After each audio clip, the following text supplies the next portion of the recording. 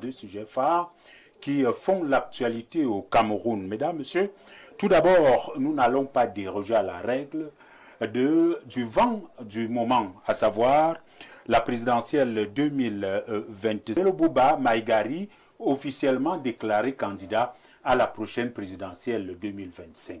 Mesdames, Mesdemoiselles, Messieurs, le deuxième sujet ce soir nous amène au niveau, n'est-ce pas, des nominations des intérimaires. Au Cameroun, nous l'avons constaté, vous aussi, des personnes haute responsabilité, peut-être décédées, d'autres qui ont démissionné, beaucoup qui sont donc décédés, mais malheureusement qui ne sont pas remplacés officiellement. On parle toujours d'intérim. De quoi est-il question? La problématique ce soir, nomination des intérimaires, mode de gouvernance au Cameroun, c'est la grande question nous nous posons également. Vous faites bien de regarder la télévision, mesdames, messieurs. L'émission, c'est le grand soir et la télévision, c'est Info TV. Ils sont déjà là, les panélistes de ce soir, même s'ils arrivent en compte-gouttes. Nous allons tout de suite et maintenant les accueillir. Et comment ne pas commencer par une dame? Nous sommes des Africains, nous sommes également galants. Elle est la seule femme, n'est-ce pas, du plateau, Marie-Jeanne Abega.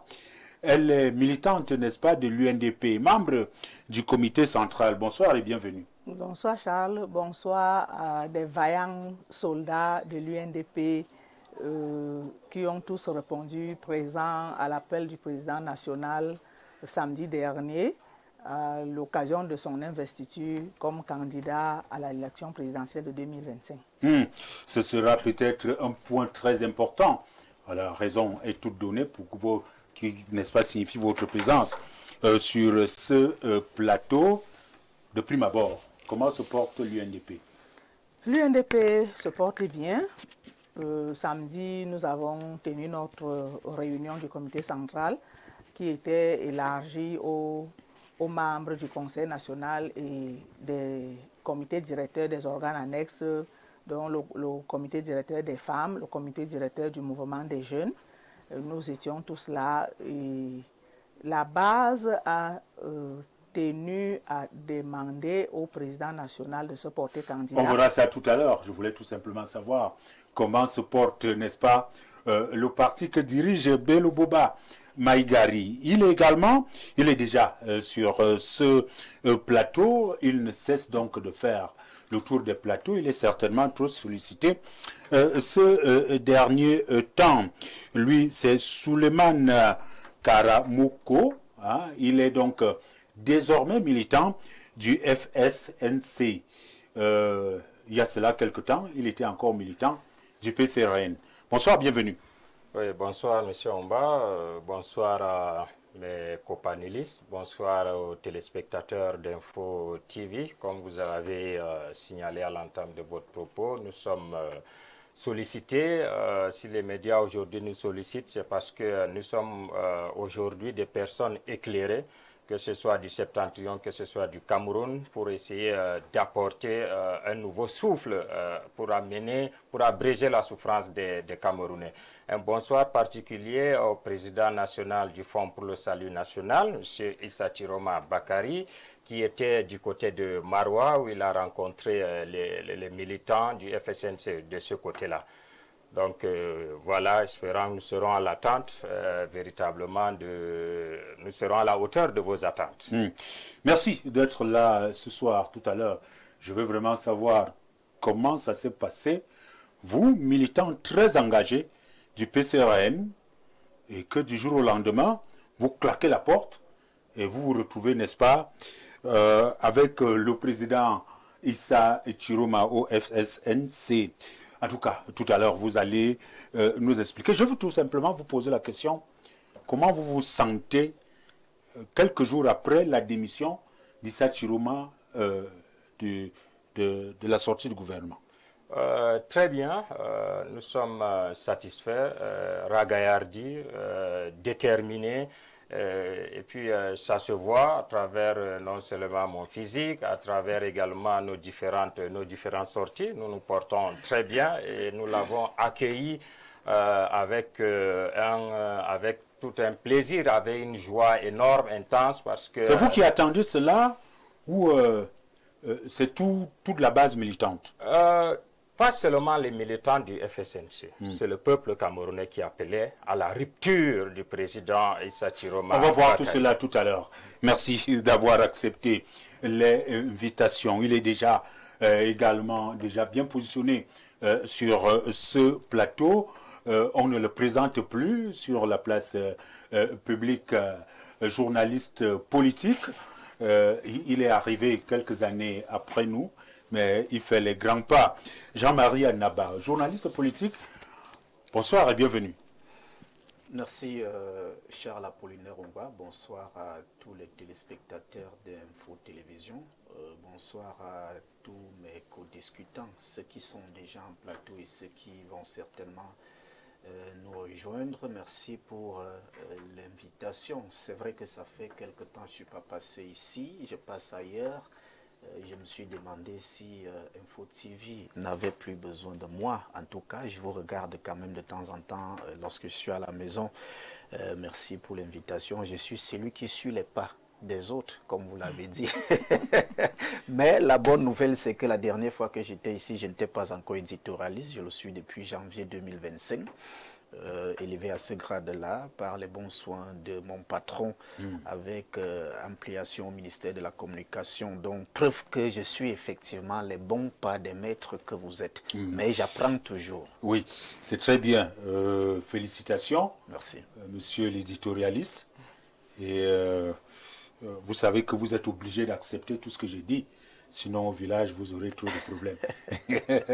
Voilà, merci d'avoir accepté l'invitation, monsieur Annaba. Mesdames, messieurs, restent attendus. Ils sont d'ailleurs au niveau de la salle de maquillage. Joseph René Mboutou, il est, n'est-ce pas, président de sous-section RDPC. Vous avez compris, c'est un homme politique également. Un politologue qui sera des nôtres ce soir, c'est bel et bien Paul Stéphane Menunga. Avec toutes ces personnes, un plateau comme celui-ci, le verbe sera donc croisé. Et avec un bonus, nous aurons donc en ligne du côté de Douala au téléphone, monsieur Djekam Tchameni, qui a un œil sur l'actualité camerounaise.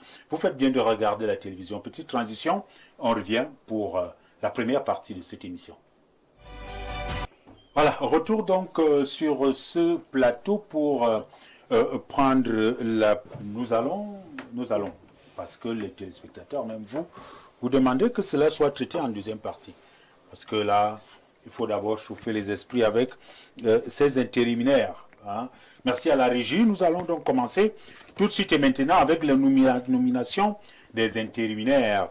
Mode de gouvernance au Cameroun. Le dernier acte en date, c'est il y a quelques jours avec le départ de Issa Chiroma, mais qui est donc remplacé par un autre ministre en fonction, à savoir déjà sur ce plateau. Bonsoir, bienvenue. Merci, M. Omba, de l'invitation de ce soir. Merci d'avoir accepté l'invitation. Je rappelle que vous êtes homme politique et vous aimez à le rappeler, vous êtes président de sous-section RDPC. Pourquoi cette précision? Mais je suis président de sous-section, ça ne souffre d'aucun doute. Et puis, je n'ai pas été nommé pour être président de sous-section. J'ai été élu au cours d'une élection qui était très courue, parce que j'avais des adversaires féroces, mais malheureusement pour eux, j'étais plus féroce encore. Donc, je suis président de sous-section, j'ai gagné cette fonction de haute lutte. Mais en dehors de ça, je suis aussi membre de la société civile, parce que je suis président de l'association Sud-Espérance. Et l'association Sud-Espérance, qui regroupe les fils et filles du Sud, pour penser ensemble le développement du Sud, pour C'est maintenant qu'on doit penser le développement du Sud? Non, le développement est quelque chose de dynamique. En aucun moment, on va dire que le développement est terminé. Ceux qui vous ont précédé, vous savez, ils n'ont certainement pas pensé à ce dans les pays développement-là. très développés, et on a toujours des problèmes de développement qui se posent de manière Le globale. plus important, c'est que nous retenons que vous êtes, n'est-ce pas, l'un des pionniers en ce qui concerne le développement du Sud. Oui, les problèmes, tous les pays au monde ont toujours des problèmes de croissance. La croissance est une donnée dynamique. En aucun moment, on ne dira que tel pays, telle région atteint le développement optimal. Ok. Voilà. Alors, Joseph René Mboutou, vous nous retrouvez sur ce plateau avec cette première thématique, nomination des intérimaires, mode de gouvernance au Cameroun. Et ils sont nombreux, membres du gouvernement décédés, mais qui n'ont pas été officiellement remplacés. Et lorsqu'on parle de officiellement remplacés, c'est-à-dire si c'était un ministre, qu'on nomme un autre ministre, mais nous constatons que ce sont les intérimaires. La grande question, est-ce que c'est un mode de gouvernance au Cameroun? Non, il faut savoir que quand on est ministre, on est manager à la tête d'un département ministériel. On est entouré d'une technostructure qui fait le travail et le ministre est là pour décider. C'est-à-dire il y a toute une batterie de collaborateurs, de personnes, de structures qui apportent ce qu'on appelle un système d'information de la décision. Et le manager, qui est le ministre, est là pour prendre la décision. Bon, maintenant, en début d'année, chaque ministère se fixe des objectifs à atteindre. Ces objectifs sont connus, la feuille de route est là. Donc, lorsque à mi-parcours, un ministre ne peut plus assumer ses fonctions, soit par démission ou par décès, il peut être aisé de confier cette responsabilité à un autre ministre ou bien une autre personnalité choisie par le président de la République pour assurer donc l'intérim. Bon, je voudrais relever ici que nous avions beaucoup de ministères qui peuvent s'associer pour former des très gros ministères. On connaît des pays dans le monde où on a 15 ministres, 20 ministres, 18 ministres. Ça veut dire Quel pays par exemple? Oui, non mais le Sénégal. Le Cameroun bat presque le record. Voilà, c'est ça qu'on connaît des pays où on a 15 ministres. Nous avons au niveau de l'éducation peut-être au moins 4 ministères. Voilà. Vous convenez donc avec moi que le ministre de l'éducation de base, le ministre de l'éducation secondaire, le ministre de l'enseignement supérieur et même le ministère de la formation professionnelle, l'emploi et la formation professionnelle, peuvent être un ministère qui est tenu par une seule personne. Quelque chose à décrire alors? Voilà, donc non, c'est notre modèle de gouvernance. Moi, je ne suis pas le président de la République, je ne critique pas le modèle de gouvernance, mais je dis néanmoins qu'une seule personne peut assurer le management d'un département ministériel qui englobe beaucoup de ministères au même moment. Parce que lorsqu'ailleurs on parle par exemple du ministère de l'Éducation nationale, ça englobe au moins 3 ou 4 ministères qui sont décomposés au Cameroun. Ça veut seulement dire qu'on peut être ministre de l'Emploi et de la Formation professionnelle tout en étant M. Mounouna Foutso. Il est quel ministre? Ministre de la Jeunesse. Donc, parce que les problèmes d'emploi, les problèmes de formation, c'est des problèmes de la jeunesse aussi. Merci, monsieur Mboutou. Je vais quand même passer la parole au représentant du FSNC sur ce plateau. Des personnes décédées ne sont pas officiellement remplacées. Sommes-nous dans un mode de gouvernance intérimaire au Cameroun? C'est un mode de gouvernance par embuscade. Il faut le dire clairement tel qu'il est. Vous savez, au Cameroun, on a la multiplication des départements ministériels qui est juste là des postes de récompense qu'on nous a habitués dans ce pays-là. Il est inadmissible qu'aujourd'hui on remplace un membre du gouvernement constitutionnellement. Quelle est la portée de la désignation à titre intérimaire d'un chef de département ministériel? La Constitution nous dit clairement que, sous proposition du Premier ministre, le président de la République nomme les membres du gouvernement. Aujourd'hui, c'est un communiqué du secrétaire général du Premier ministère qui désigne un autre membre du gouvernement comme aller assurer l'intérim pour d'autres postes. On comprend aisément que le Cameroun n'est pas gouverné véritablement. Est-ce qu'il n'y a pas les hommes qui manquent? Et c'est vrai que le réaménagement du gouvernement ou bien le réajustement du gouvernement, tout dépend maintenant du président de la République. Mais il faut signaler qu'il y a certains départements ministériels, par exemple le département ministériel du ministère des Mines. Et vous savez que le président de la République, lors de sa traditionnel discours à la nation au 31 décembre, a soulevé, a parlé l'importance de des questions minières. Et aujourd'hui, on a vu des contrats qu'on a distribués à certaines multinationales où malheureusement le département ministériel en charge des questions des mines, le titulaire est décédé depuis 2023. Il est rien ne justifie qu'on ne pouvait pas remplacer à ce niveau-là. Ce n'est pas seulement le ministère des Mines, même il y a au ministère des Relations extérieures, le ministre délégué en charge des relations avec le monde islamique, paix à son âme, Adoum Gargoum, qui est décédé. On a le secrétaire d'État au ministère de la Santé publique en charge des questions d'épidémie, Sa Majesté Halim Hayatou, qui est également décédé, qu'on n'arrive pas aujourd'hui à remplacer. Quelle est l'efficacité donc de ce poste, l'efficacité de la désignation à titre intérimaire? Quelle est la portée juridique sur le plan légal? Quel type d'acte que ces intérimaires-là pourraient prendre pour essayer de voir? Et ça montre à suffisance que notre pays aujourd'hui, il manque de leaders. On a une absence totale remarquée qu'au niveau de l'exécutif, bon, tout est mort. Merci à vous.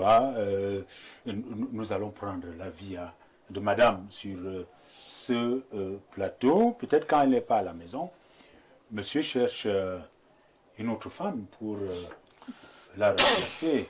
Bon, peut-être c'est peut-être pour apporter un peu de l'humour sur ce plateau, égayer un peu ce plateau.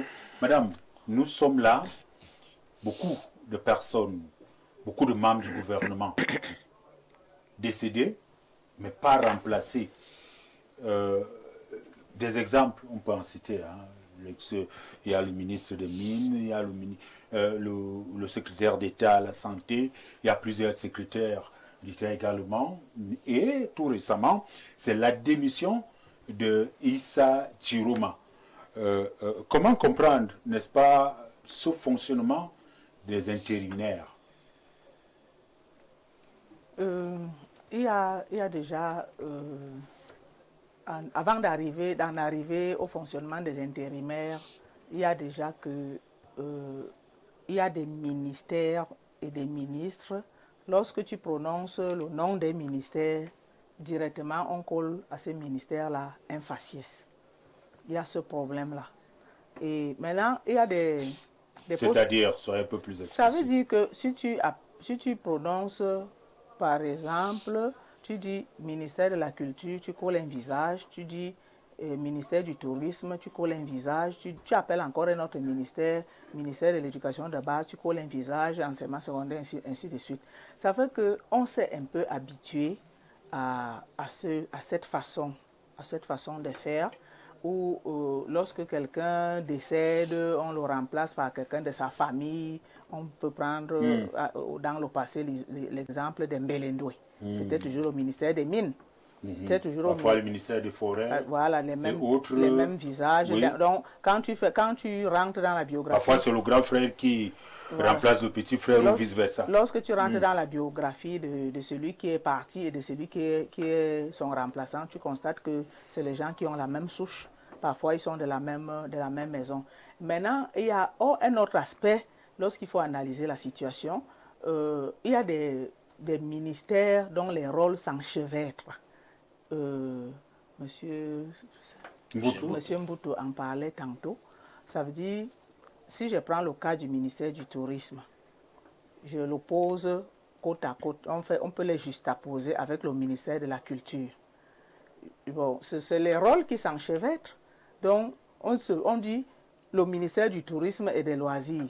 Quand on parle de tourisme, il y a à l'intérieur du ministère du Tourisme, il y a la culture. Les touristes viennent pour faire quoi? Est-ce qu'ils viennent se balader uniquement? Ils viennent pour découvrir le patrimoine culturel du Cameroun. Donc, et maintenant, quand il faut parler des ministres qui sont décédés ou alors tout récemment de la démission du ministre Issa Chiroma Bakari, ça fait combien d'années que nous avons perdu Madame le ministre délégué à l'agriculture? Père à son âme, Madame Ananga Messina, ça fait beaucoup d'années. Ça fait beaucoup d'années, le ministre des Mines, vous avez dit. Mais pourquoi donc est-ce que dans le mode de gouvernance ou bien dans la Constitution, il est interdit de faire un remaniement ministériel en cours de mandat? Donc il y a beaucoup de questions qu'on se pose à ce niveau. Pourquoi choisir le style des intérimaires ou alors de jumelage des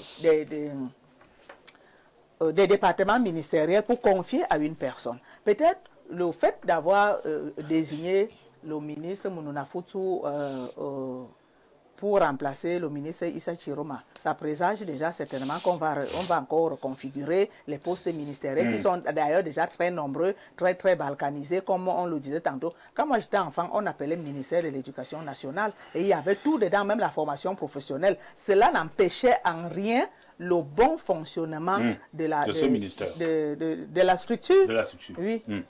Voilà, merci à vous, hein, Madame Abega. Monsieur Anaba, vous êtes journaliste, analyste sociopolitique, ou alors vous êtes un journaliste politique. Vous connaissez mieux cette situation parce que vous développez, vous analysez ces situations-là au jour le jour. Comment comprendre que les gens décèdent, mais ne sont pas nous-mêmes? N'y a-t-il pas de compétences ailleurs? A-t-on peur de renouveler? Et ceci pose la question de savoir est-ce qu'il y a encore un remaniement ministériel, puisque cela fait beaucoup d'années que l'on n'a plus eu ce remaniement ministériel, et je vais chuter peut-être en m'inspirant, n'est-ce pas, du développement de Madame Abega, qui estime que dans certains ministères, on peut déjà couler, n'est-ce pas, certaines tribus. Je ne veux pas vous donner le nom, mais nous savons qu'il y en a qui sont là depuis plus de 20 ans au même ministère. Alors, Monsieur Ongba, déjà commencer par balayer du revers de la main la polémique que nous avons vécue ces derniers temps depuis que cet acte de désignation a été pris par voie de communiqué de Monsieur le secrétaire général des services du Premier ministère. La précision à faire est que, vous savez, les Camerounais ont un problème qu'ils oublient vite le passé. Quand on est au présent, on se contente du présent. Est-ce que vous savez que c'est toujours le même SGPM qui a signé le communiqué qui désignait M. Foucalis Gentry comme étant l'intérimaire au ministère des Mines? C'est toujours lui. Et avec le haut accord du président de la République, cela répond à quoi? Peut-être que les Camerounais n'étaient pas assez vigilants à cette période-là. Peut-être. Vous savez, depuis cette semaine, depuis qu'il y a eu cet acte-là, je lis un peu tout sur les réseaux sociaux. Les gens oublient vite. Ils ont même oublié que nous sommes là pour rectifier, n'est-ce pas? Tout à fait. Voilà donc l'information que je leur donne pour ceux qui ont oublié, que c'est M. Séraphin Magloire Fouda qui a signé le communiqué qui portait M. Foucalis Gentry, intérimaire au ministère des Mines, suite au décès de M.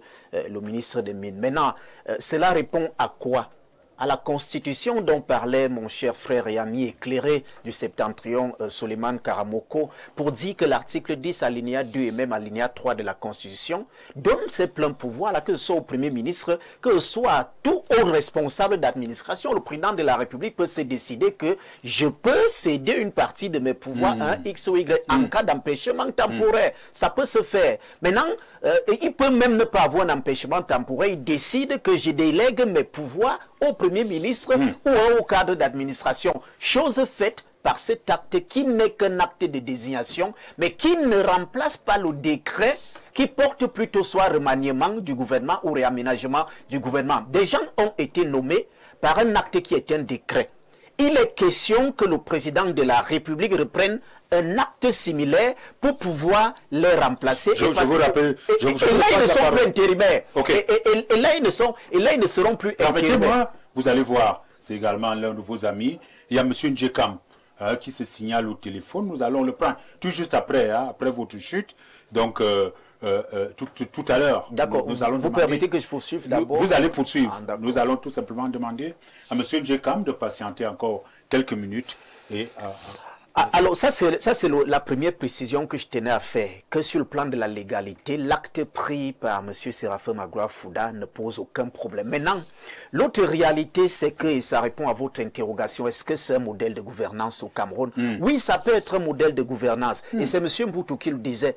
Un ministre, c'est un poste politique. Il y a des technocrates qui travaillent tout autour d'un ministre, dont un ministère ne se gère pas parce qu'il y a un individu à la tête de ce ministère. C'est pour cela que... Comme ministère de l'enseignement supérieur. C'est pour cela que dans notre modèle de gouvernance, comme vous l'avez dit, vous avez des docteurs en philosophie qui peuvent s'occuper de la santé. Vous avez également des anciens patrons du transport ferroviaire qui peuvent se retrouver en train de gérer la communication, mais sans être journalistes.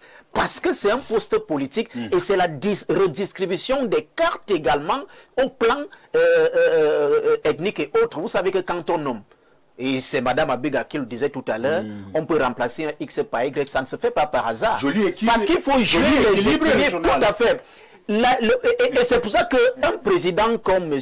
Paul Biya, je ne suis pas dans son agenda, il y a ce qu'on appelle au Cameroun le temps du président, à quelques mois d'une élection présidentielle, il est très difficile pour redistribuer la carte politique du Cameroun au sein du gouvernement en nommant. Imaginez-vous s'il y avait eu. 2018, il y a eu un gouvernement en place. Écoutez-moi. Il faut se demander quels sont. On était à quelques mois de la présidentielle. Je vous ai écouté, monsieur Suleiman Karamoko. Je suis en train de dire que dans le contexte sociopolitique actuel et en période préélectorale, le président Paul Biya est le seul garant de son agenda. Il le manipule comme il veut. Lui seul sait pourquoi il n'y a pas réaménagement du gouvernement ou remaniement jusqu'ici. Mais ce qui pose problème concernant les questions de gouvernance, c'est que on peut même laisser que des gens assurent l'intérim. Mais lorsqu'il n'y a pas conseil ministériel pendant des années et que l'on se contente simplement des conseils de cabinet, ça peut poser un problème parce que le plus important est l'efficacité à travers la technostructure qui travaille dans un département ministériel et les résultats que l'on obtient à ce niveau. Donc nous autres, nous pensons que c'est une polémique vaine parce qu'un remaniement ministériel ne viendra régler aucun problème pour l'instant. Il faut revoir, et d'ailleurs, ça c'est notre proposition, que le prochain réaménagement, parce que je crois que c'est ça qui est adapté, que le prochain réaménagement puisse effectivement tenir compte des urgences du pays et que ce soit un gouvernement d'union nationale. C'est ce que les Camerounais attendent pour l'instant. Merci. Je ne sais pas si vous avez été délégué par les Camerounais, parce que vous dites que c'est ce que vous proposez. Les Camerounais comme nous autres, nous ne parlons pas au nom de tous les Camerounais, bien sûr. Merci. Je ne sais pas, avec le concours de la régie, si nous pouvons déjà avoir, je rappelle aux uns aux autres de ne pas nous appeler en direct. Vous pouvez tout simplement envoyer vos SMS. Monsieur Njekam Djamini, qui est un homme politique très avisé, il devait être sur ce plateau, mais malheureusement, il est du côté de Douala, Info TV. C'est à travers le triangle national et même à travers le monde. Avec le concours de la régie, peut-on déjà voir Monsieur Njekam? Bonsoir.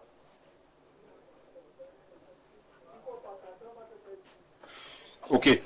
Je pense que l'homme est en train de prendre toutes les dispositions pour avoir, n'est-ce pas, M. Njekam au téléphone. Monsieur Mboutou, nous allons donc continuer avec vous tout de même. Alors, ce mode de gouvernance au Cameroun, peut-être c'est déjà pour M. Anaba, c'est officiel. Est-ce que ceci ne peut pas avoir des conséquences? Si oui, lesquelles? Est-ce que c'est... Non mais ça m'amuse parce que vous parlez de mode de gouvernance, c'est comme s'il y a déjà une forme de surenchère pour créer de nouveaux vocables. Je crois que jusqu'à maintenant, il ne s'agit que de deux cas. Monsieur Mboutou, je suis journaliste. Monsieur Anaba qui est là le sait aussi, c'est-à-dire quelque chose que l'on trouve anormal. Sinon, on ne poserait pas ce sujet sur la table. Bon, je peux me tromper, naturellement. Allez-y. Je peux me tromper, mais je pense quand même que jusqu'à aujourd'hui, là, nous n'avions que deux cas.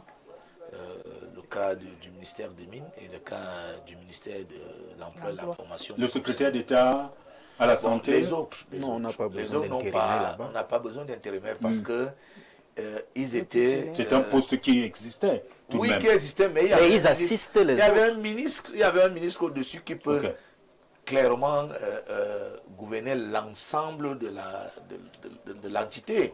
Donc, bon, pour les cas des secteurs d'État, cela ne se pose pas, mais c'est des cas des départements ministériels où on peut chercher une personne externe. Nous en sommes donc. Pour y arriver. Bon, maintenant, M. Ngba, je vous dis, d'abord je rejoins M. Adaba pour dire que c'est vraiment un épiphénomène.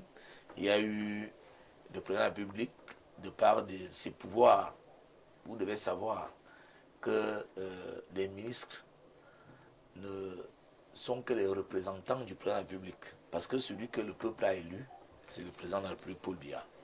Voilà. Les ministres que le président nomme, il délègue juste une partie de ses pouvoirs. Voilà. Et il peut déléguer qu'il veut, dans les conditions qu'il veut. Tout ce que les clients du service public attendent, c'est que la qualité de service ne souffre pas parce que on a désigné un ministre démissionnaire par voie, on a remplacé un ministre démissionnaire par voie d'intérim. Voilà. Ce que le Cameroun attend, c'est que le consommateur du service public, du ministère de l'Emploi et de la Formation professionnelle attend, c'est que la meilleure qualité de service lui soit donnée. Parce que pour l'État du Cameroun, ou bien même pas l'État du Cameroun, l'État de manière générale, a pour rôle de donner les meilleures conditions de vie aux citoyens. Alors, M. Issa Chiromo est parti.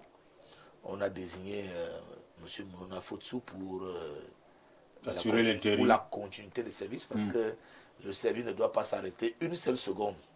Parce qu'il y a un acteur, soit-il le ministre, ne peut plus être disponible. Et pour la continuité des services, on a donc désigné un autre ministre pour assurer la continuité des services de ce côté-là. Tout ce que les Camerounais attendent, tout ce que les consommateurs de ces services publics attendent, tout ce qui attendent les politiques publiques de ce ministère attendent, c'est que la qualité de service soit, si ce n'est pas la même, soit optimisée même. Et pour chuter, lorsque j'écoute le représentant du FSNC, je suis un peu amusé.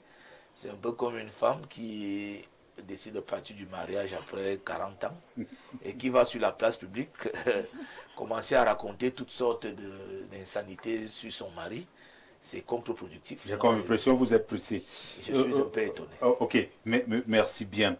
Nous allons prendre quelques réactions parce que nous allons faire le dernier tour de table après la réaction de M. Njekam. Très rapidement, ce premier message, M. Massok Thomas nous écrit « Bonsoir, mon arrière-petit beau-fils, y compris ton panel, en ce soir devenu grand, satisfait, Galeazzi, déterminé, oubliant que vous aviez cheminé pendant des décennies à tenir la bonne gouvernance d'hier. Vous serez tous comptables de l'histoire de ce pays. J'attends impatiemment le dernier tigre d'un Komutu. Y a-t-il encore un pilote dans le Kombi, Cameroun, à vivre une gouvernance kafkaïenne avec à l'appel d'essai et d'émission, malheureusement, sans toutefois penser au changement.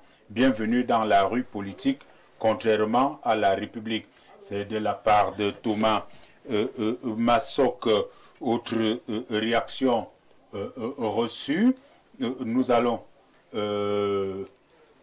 prendre cette autre réaction.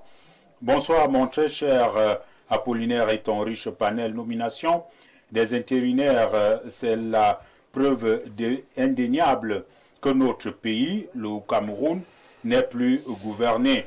Comment comprendre que les ministres meurent et que leur poste vide pendant des années, leur poste reste vide pendant des années.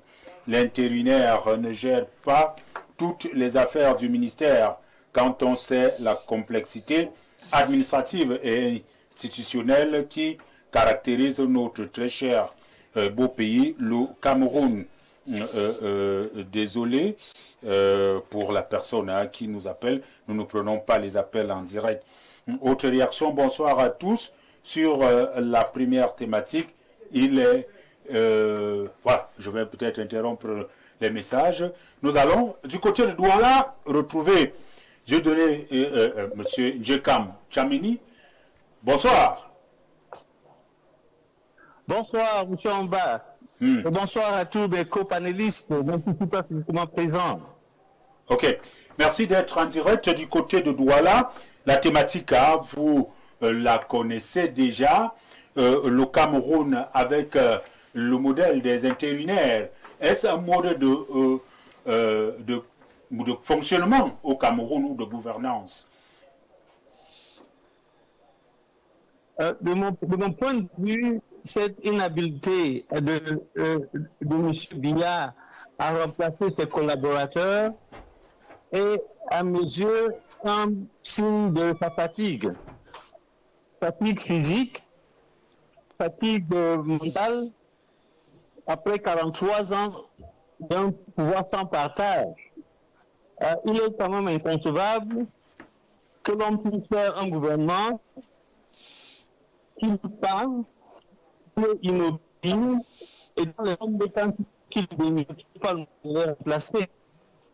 Je suis d'accord avec l'ensemble des panélistes que nous avons un nombre de ministères pléthorique et que ce modèle reflète un désir de clientélisme et de partage de gâteaux aux amis politiques. Mais il n'en reste pas moins vrai que cette incapacité à remplacer des gens que l'on a venus et qui sont décédés ou qui sont fonctionnaires par autre que des intérimaires montre que au centre du pouvoir, il y a quelque chose qui ne va plus bien. Alors, il y a donc un ministre qui a démissionné et un autre ministre en fonction va donc assurer l'intérim. Et nous rappelons que la note vient du secrétaire au niveau du Premier ministère. Et ce n'est pas le Premier ministre qui signe, n'est-ce pas, cette note. Certains se posent la question, où est passé le Premier ministre? Ou alors, c'est le président de la République. Ça revient peut-être, selon les uns et les autres, sur ce plateau. C'est là, le président de la République peut désigner n'importe qui pour faire tel ou tel travail. Bien, écoutez, j'étais un des premiers à attirer l'attention sur le fait que l'intérimaire, ministre des Affaires, était appointé par une communauté. Même du point de vue de la forme, c'est un problème. Il me semble que si on doit nommer quelqu'un à un poste important dans la République, cette nomination doit faire l'effet d'un décret. Or, personne n'a vu le décret. Tout ce qu'on voit, c'est un communiqué, et non même pas le communiqué du Premier ministre, le communiqué du secrétaire général du Premier ministère. Il est vrai que le secrétaire général a un rang de ministre, mais il n'en est pas bien, ce n'est pas une raison pour que le Premier ministre, qui est constitutionnellement celui qui propose au chef de l'État des membres du gouvernement, soit complètement mis de côté. Donc tout ceci est le signe du dysfonctionnement d'un régime qui est en déclin, qui est tenu par un monsieur qui a concentré sur lui tous les pouvoirs et dont l'âge ne permet plus qu'il continue à gérer le pays. Voilà, merci Monsieur Djekam. Nous revenons vers vous à la fin au milieu, n'est-ce pas, de la deuxième thématique de ce soir. Je rappelle que vous intervenez depuis Douala. Je veux rappeler aux uns aux autres, non, nous ne prenons pas les coups de fil. Envoyez les messages très rapidement.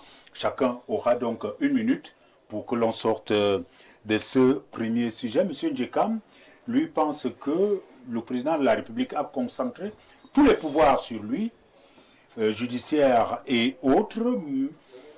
Aujourd'hui, il est le seul à décider. Et là, il pense et il dit également que l'âge du président lui fait défaut. Madame Abega.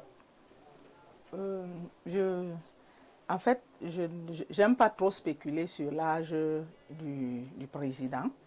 C'est son peuple, le peuple camerounais, qui a porté le président Paul Biya en 2018 à la candidature, à la magistrature suprême. Et lorsque je vais un peu revenir sur la question du communiqué du secrétaire général des services du Premier ministre, d'aucuns interprètent cela comme si c'était lui qui avait pris l'initiative de nommer l'intérimaire. Je pense qu'il faut rentrer dans le fond de cette correspondance pour comprendre que ce n'est qu'un communiqué. Il informe l'opinion publique que désormais le ministre de l'Emploi et de la Formation professionnelle ayant jeté l'éponge, c'est elle, sur instruction du président de la République, qui va assurer la continuité. C'est un communiqué, ce n'est pas une nomination. Ce n'est pas une nomination, c'est un communiqué. Et par ailleurs, sur la question des intérimaires, je suis dans une administration, j'ai l'habitude de lire cette même correspondance quand il s'agit de désigner. On désigne toujours les intérimaires dans les ministères, même si ça ne fait pas la ronde des réseaux sociaux. Okay. Chaque fois qu'un ministre va en congé, le secrétaire général des services du Premier ministre désigne un intérimaire. Mais bon, comme nous n'avons pas l'habitude de la bonne information, et puis nous pensons que la République est dirigée dans la rue, c'est pour ça que nous avons des mauvaises interprétations et on interprète aussi avec la rage et la rancœur. On vous a suivi, Madame Abega. Souleymane Karamoko, nous allons nous y habituer de ce nom. Peut-être déjà M. Anaba, lui, il en est habitué. Oui, on parle d'un simple communiqué, ce n'est pas une nomination. Le secrétaire général au service du Premier ministre ne fait que donner les instructions ou alors répercuter les instructions données depuis, n'est-ce pas, la présidence de la République. Mais peut-être vous trouvez ambiguïté du fait que, au lieu que cela soit fait par le Premier ministre, peut-être le secrétaire général, et c'est là où vous posez des questions.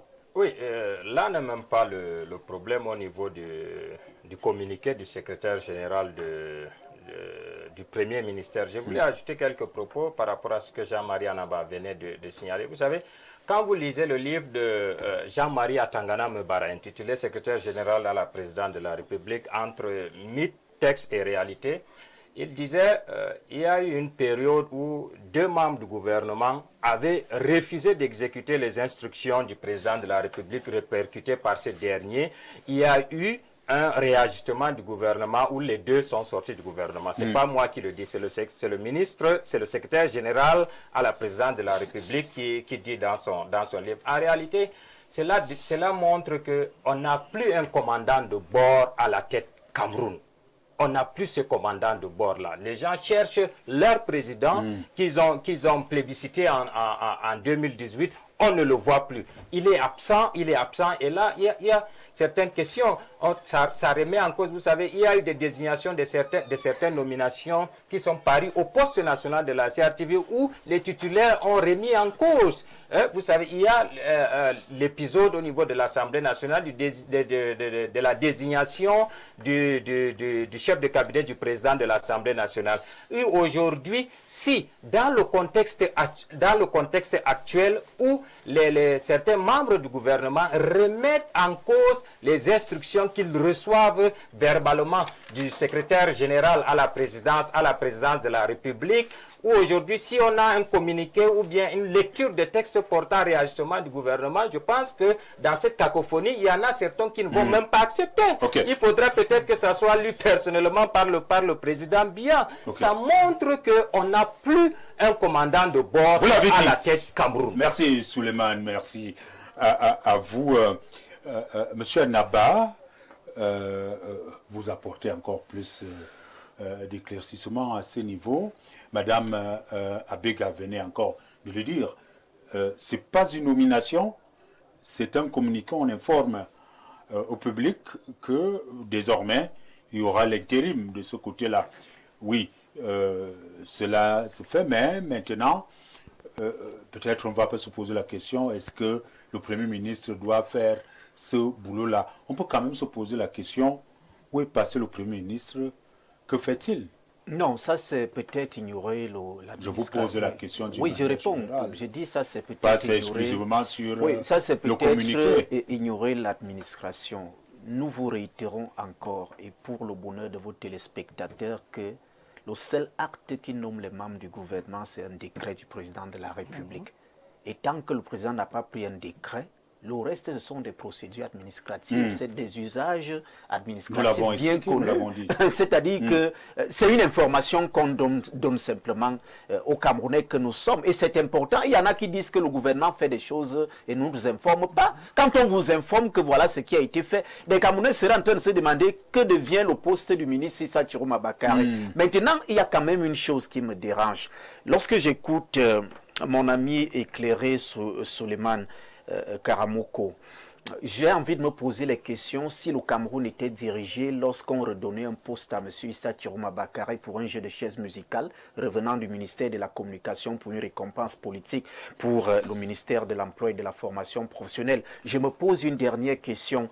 Je sais que si on devient ministre, forcément on va appeler ses amis du parti ou ses camarades de parti pour venir gérer un ministère avec nous. Il en est même du côté de l'UNDP. Vous savez que certains militants sont parfois appelés à être à des postes importants, également dans le sens de l'alliance qui avait été tissée justement par ces deux formations politiques. Donc la seule question que je me pose quand même, le seul bateau qui existe au Cameroun, c'est que les militants du FSNC, sauf si mes informations ne sont pas exactes, sont encore dans ce département ministériel malgré le départ de leur leader, M. Issa Chiroma Bakary. Donc il faut non, je dis, il faut qu'on soit un peu sérieux. Je ne dis pas que vous ne l'êtes pas, mais quand nous venons édifier les masses à la télévision, ne faisons pas comme si ce sont nos deals politiques qui priment au-dessus de l'intérêt de la nation. Vous ne pouvez pas démissionner d'un gouvernement et laisser croire que c'est terminé pour le camp d'en face et vous laissez vos camarades de parti être toujours dans le même département ministériel. Vous allez voir. Ils sont Camerounais, je suis d'accord avec... Non, c'est parce qu'il a dit, j'insiste là-dessus, parce qu'il a dit qu'il n'y a pas quelqu'un qui contrôle le bateau Cameroun. La personne ne contrôle que lorsque vos camarades de parti restent dans les administrations en train de gérer le Cameroun qui est dirigé par le même président de la République qui doit signer un décret pour nommer quelqu'un d'autre à la tête de ces départements ministériels. On vous a suivi, Monsieur Mboutou. Nous allons sortir de ce premier sujet. Nous sommes là pour éclairer la lanterne, n'est-ce pas, des Camerounais, apporter, n'est-ce pas, des réponses aux questions. Il y en a qui ne comprennent pas, il y en a qui se disent, j'ai lu dans les réseaux sociaux, même des commentaires, des analystes, des intellectuels, des hauts intellectuels, même des hommes, des partis politiques des hommes politiques qui disent, mais c'est pas possible. comment un secrétaire général d'un premier ministère Si un communiqué, pas qu'il nomme. Alors que nous avons Pour eux, c'est la nomination. le Premier ministre, en posant la question tout à l'heure à M. Anaba, où est passé le Premier ministre, c'était peut-être pour le taquiner un peu, parce que je sais quelle analyse il peut apporter. Mais maintenant, nous sommes quand même édifiés sur ce communiqué-là, mais quand même, bien avant, il n'y avait pas les intérims. Comment comprendre ces intérims-là en ce moment? Oui, on a vidé le côté du communiqué du secrétaire général. C'est clair maintenant. C'est celui du Premier ministre, parce que en tant que le secrétaire général, c'est lui qui doit porter la voix du Premier ministère. C'est exactement quand la présidente de la République veut passer de l'information, c'est à travers son SG, son secrétaire général. C'est pareil aussi au Premier ministère. Donc là, on passe dessus. Je voudrais que vous sachiez que le président de la République, normalement, n'est que sur le plan stratégique. Le président de la République n'est pas dans la tactique, n'est pas dans la gestion quotidienne. Le président de la République est là pour porter la vision, pour penser le développement du Cameroun, au très haut niveau. Ça veut dire que même quand le président de la République veut faire un réaménagement, il faut qu'il y ait toute une stratégie qui sous-tend ce remaniement ministériel. Il ne le fait pas la boule, il ne se lève pas aujourd'hui et décide de nommer un nouveau ministre. Le président de la République, c'est stratégique qui choisit de le faire ou de ne pas le faire. Tous les actes du président de la République, il faut les voir sur le plan stratégique. Nommer tout de suite, il faut le voir sur le plan stratégique. Ne pas le faire tout de suite, il faut le voir sur le plan stratégique. Nous sommes au mois de juin, nous sommes même pratiquement au mois de juillet, parce que demain c'est le 1er juillet, l'élection présidentielle, on va convoquer le corps électoral là bientôt. Vraiment, les Camerounais aiment les nominations. Ils veulent maintenant que le président de la République désigne des nouveaux membres du gouvernement pour qu'au lieu que les gens se mettent à travailler, que les gens pensent à développer des stratégies c'est pas le moment. Pour les élections futures, qu'on entende que les gens font des fêtes au village, des gens font des fêtes au quartier parce qu'on a nommé leur frère ministre, qu'on a nommé leur oncle, leur beau-fils, leur beau-frère. C'est tout ce que les Camerounais attendent, ces festivités qui accompagnent souvent les nominations de ces hautes personnalités. Le président de la République dit qu'il n'est pas aux festivités. Il y a des ministres qui peuvent assurer l'intérim de leurs collègues démissionnaires, et cela va attendre que le prochain gouvernement arrive peut-être après la présidentielle ou même avant, mais c'est le temps du président de la République. Ok, merci à vous. Je rappelle que dans quelques minutes, nous allons recevoir notre ami Lema Kouma. Il est chercheur herboriste. Ce sera dans quelques minutes le temps pour nous d'évacuer ces multiples messages reçus de nos téléspectateurs. Bonsoir Prince, très belle émission et beau plateau. Mon frère demande, je serai disponible pour vous. Bon, sans problème. Nomination des intérimaires au Cameroun, je pense que c'est une façon de faire comprendre aux Camerounais que le pays n'est plus gouverné. Comment un ministre titulaire peut démissionner ou mourir, et au lieu de le remplacer, on nomme un intérimaire qui est déjà responsable ailleurs, alors que dans ce même ministère, on a le secrétaire général, les conseillers techniques et autres. Personne ne pouvait vraiment occuper ce poste. Sincèrement, nous commençons à avoir les doutes. Jean-Bruno Afane Oyeng, depuis Simbok, c'est à Yaoundé. Autre réaction reçue, c'est cet autre SMS. Bonsoir à tous. Sur la première thématique, il est manifeste que le pays n'est plus gouverné. Le représentant du FSNC a été assez clair sur cette question. L'inertie est avérée. Merci, c'est Maître Ndao qui nous revient et dit, dites à M. Anaba que La fonction publique n'appartient pas au RDPC. Les militants du FSNC sont des Camerounais au titre que les autres. Merci une fois de plus. Autre réaction reçue. Nous demandons à M. Mboutou et M. l'éditorialiste de nous expliquer comment un président de la République en fonction peut justifier la délégation des signatures pour nommer les ministres depuis 4 ans sans nécessité de procéder au réaménagement du gouvernement. Monsieur Luc M. à Yaoundé. Autre réaction reçue. Bonsoir, Monsieur Omba, et à tout votre panel. Bien choisi des candidats à l'appel, je dirais. Je crois que ça, c'est un autre sujet. Bonsoir, Monsieur Omba, et à tous vos panélistes. Le Cameroun est un pays exceptionnel. Seule votre thématique est déjà la preuve que nous ne sommes plus dans un vrai pays. Le lion ne rougit plus. Mais octobre n'est plus loin. Tous iront se reposer et voir comment le pays pourra se développer dans une dizaine d'années. 43 ans, nous avons fait sur place pour être gentils. Nous, le peuple, on rêve de voir le troisième président au Cameroun, Inch'Allah, et c'est par amour que nous lui disons au président de ne plus se représenter si un jour il nous a aimés comme nous l'aimons. 93 ans, il mérite la plus belle des retraites. Thierry de Mokolo.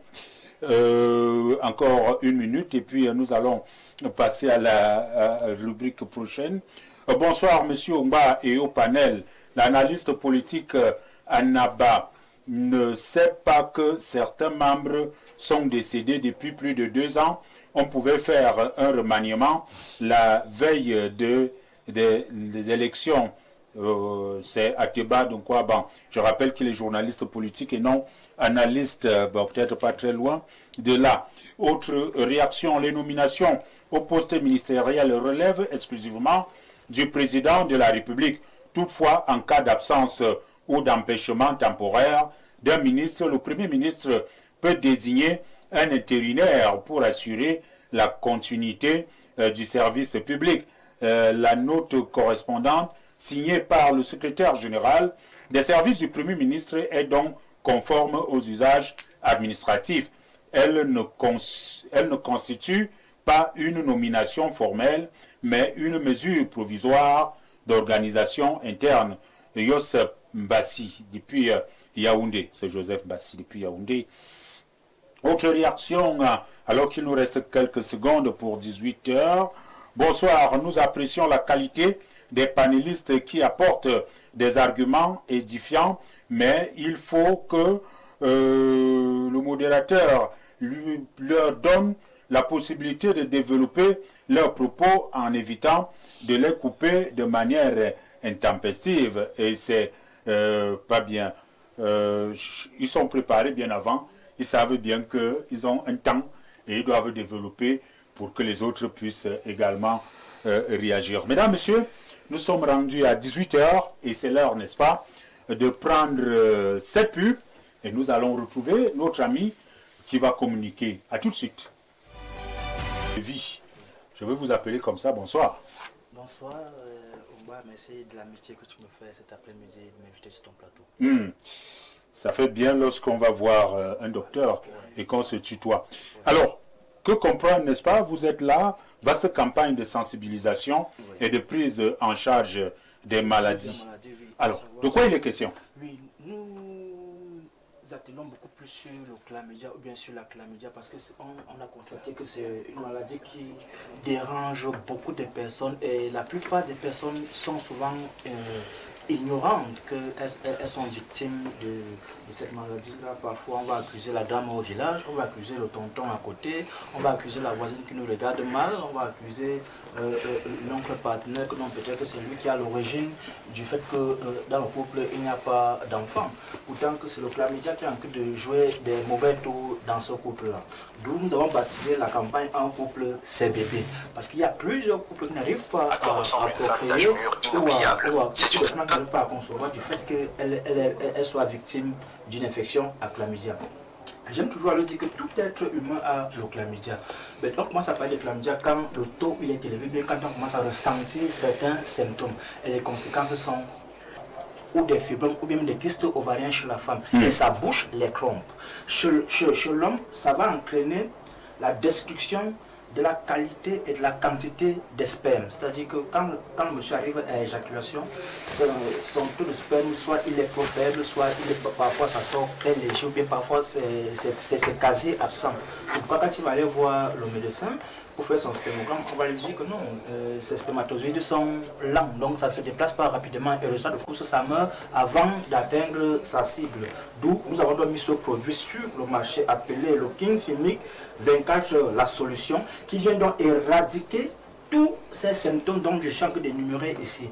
Vous avez peut-être les problèmes de mauvaise haleine, ou bien mauvaise odeur corporelle, mauvaise odeur au niveau de l'appareil génital, le corps qui pèse, le corps qui démange, ce qu'on appelle généralement le gratter, c'est-à-dire que le corps démange, même au niveau de l'appareil génital, tu vas avoir une maman la main dans le cabas, tu penses que non, c'est peut-être que par galanterie. Et tu vas voir un monsieur là, un bel homme, il a les mains dans les poches, tu crois que non, peut-être que c'est par galanterie, que non. Le monsieur est en train de souffrir, le martyr là en bas. Alors le King Chimique 24 heures, la solution vient donc régler tous ces différents problèmes. Et il faudrait savoir que les messieurs qui ont les problèmes d'azospermie, bien d'oligospermie, il faudrait déjà savoir que tout homme produit des spermes de manière normale. Il y a donc maintenant les germes et les bactéries qui les détruisent à la production. Le produit, qu'est-ce qu'il a lui? Sa mission, c'est quoi? C'est d'aller détruire, aller terrasser ces bactéries et ces germes-là, de telle en sorte que désormais, quand il y a production de sperme, qu'il n'y ait plus de combat entre ces bactéries et la bonne production, et la bonne qualité des spermatozoïdes. Donc, d'où le produit est sur le marché actuellement pour le plus grand bonheur des personnes là qui sont victimes de problèmes de procréation. Et même les messieurs qui ont des problèmes de faiblesse sexuelle et éjaculation précoce, reprise lente, parce que ce ne sont pas des maladies, la faiblesse sexuelle ou bien l'éjaculation précoce, ou bien peut-être la reprise lente. Ce sont des symptômes de maladie. Et le chlamydia est la cause principale de la faiblesse sexuelle chez la plupart des messieurs et même au niveau même du manque d'appétit sexuel. Nous allons sortir. Oui. Donc vous dites qu'avec ce produit, ça résout tous ces problèmes-là. Mauvaise haleine, mauvaise haleine, faiblesse sexuelle, reprise lente, les problèmes de sécheresse vaginale chez la femme, les femmes ont les problèmes de... C'est quel produit, rapidement? C'est le King Chimique 24 heures, la solution. Donc lui, il est là pour détruire tout ce qui a trait aux infections à chlamydia. Oui. Que ce soit même le mode d'emploi, comment ça se passe très rapidement? Ça se prend, en 30 secondes. Ça se prend avec du miel ou avec du lait. Donc on met dans une tasse, on ajoute un peu de lait ou bien avec un peu de miel, on remue et puis on boit. En 24 heures? En 24 heures. Non, on n'est pas guéri du chlamydia en 24 heures. Il ne faudrait pas qu'on a dit que les macométés nous disent qu'on est guéri en 24 heures. Non, c'est pas vrai. En 24 heures, on a déjà une solution. Ça veut dire quoi? Ça veut dire que si monsieur Nemakouma a les démangeaisons par exemple, une fois que j'ai pris la première prise ici, ces démangeaisons s'estompent directement. Donc progressivement. Donc je peux dire 24 heures la solution. Ok. Merci, je crois que... Et pour les personnes qui sont à Yaoundé, nous sommes situés au quartier Nkondongo, Carrefour Eptec, à l'immeuble Baïga Center, face à la maison du parti. Nous sommes au rez-de-chaussée, vous allez voir la grande plaque, la qualité de vie. Et pour celles des personnes qui sont à Douala, nous sommes situés derrière le lycée de la Cité des Palmiers. Vous allez voir la grande plaque de vie qui est là. Nous travaillons tous les jours, de lundi à lundi, parce qu'on estime que la maladie ne connaît pas le week-end, la maladie ne connaît pas le férié. Donc, rendez-vous du côté de Chaplain de vie pour avoir la santé. C'est combien le paquet? Actuellement, c'est à 15 000 francs. Mais le traitement... Le petit ici? Non, c'est une dose font 5 sachets. Ok. Donc, moi, je vais d'abord te laisser ça ici parce qu'il faudrait que tu témoignes de l'efficacité du Merci. produit. Monsieur Mboutou, ne me regardez pas comme ça. On a dit que non, il faudrait que toi-même tu puisses témoigner des bienfaits de ce Monsieur produit. Mboutou, je lui donnerai donc. Il aime bien tester lui-même aussi. Il faudrait que lui-même il en. Ok, merci bien, merci. Le reste, vous allez partager à nos feux. Merci, monsieur Lema d'être passé ici. On se retrouve très bientôt. Merci. Merci bien. Petite transition et à tout de suite. Ça bouge, que ce soit au niveau du gouvernement, que ce soit au niveau des partis politiques. Et c'est le Nord qui donne véritablement la cadence en ce moment. Démission d'Issa Chiroma Bakari, réunion élargie du comité central de l'UNDP avec à la sortie la candidature de Bello Bouba Maïgari. On se pose donc la question si la Benoué ou alors le Nord souffle le changement au Cameroun. Nous avons sur ce plateau les militants des différents partis. Nous allons commencer par Issa Chiroma, qui a donné le ton. Et je rappelle que, Souleymane, vous êtes donc désormais militant du FSNC. Je rappelle également que vous étiez d'abord militant du PCRN. Très rapidement, qu'est-ce qui s'est passé, comme on demande trivialement au quartier, qu'est-ce qui n'a pas marché? Je ne vais pas un peu faire le procès du PCRN. C'est en analysant un certain ensemble de choses. Vous savez, nous commençons formellement la politique en 2017. À partir de 2017, il y a des erreurs qu'on pourrait nous pardonner en disant que nous sommes nouveaux, nous sommes jeunes. Mais aujourd'hui, il y en a un certain nombre de comportements qui sont inacceptables et qui ne peuvent plus passer. On ne peut pas aujourd'hui gouverner, chercher à aspirer à gouverner le Cameroun avec de l'émotion, à prendre des décisions émotionnellement. Ça ne peut pas passer. Nous avons à ce niveau des problèmes de leadership de la résolution des conflits. Je ne vais pas trop faire le procès du PCRN, c'est pas mon but. Maintenant, pour dire que... Mais nous voulons comprendre. Qu'est-ce qui fait partie du PCRN pour parler de l'émotion? On gouverne là-bas, ou alors on dirige le parti avec émotion de ce côté? Bien sûr, bien évidemment. Je vais prendre l'exemple de la résolution du conflit qu'il y a eu entre les pères fondateurs. Aujourd'hui, vous savez, hier nous avons eu des difficultés avec le professeur Kouvondo, qui est un aîné à qui je respecte, je salue aujourd'hui. Et maintenant, nous avons des problèmes avec monsieur Kona. Et pourtant, c'était un problème qui était simple, qui peut être résolu. Il fallait tout simplement... Malheureusement, le FSNC, avec sa stratégie, sa méthode, en a décidé d'accepter que le président Biya appelle le président national du FSNC de venir montrer son expertise au sein du gouvernement. Voilà un peu, ce n'était pas une raison pour moi d'accepter. Et aujourd'hui, je vous rappelle que depuis 2020, je parle avec le contrôle de M.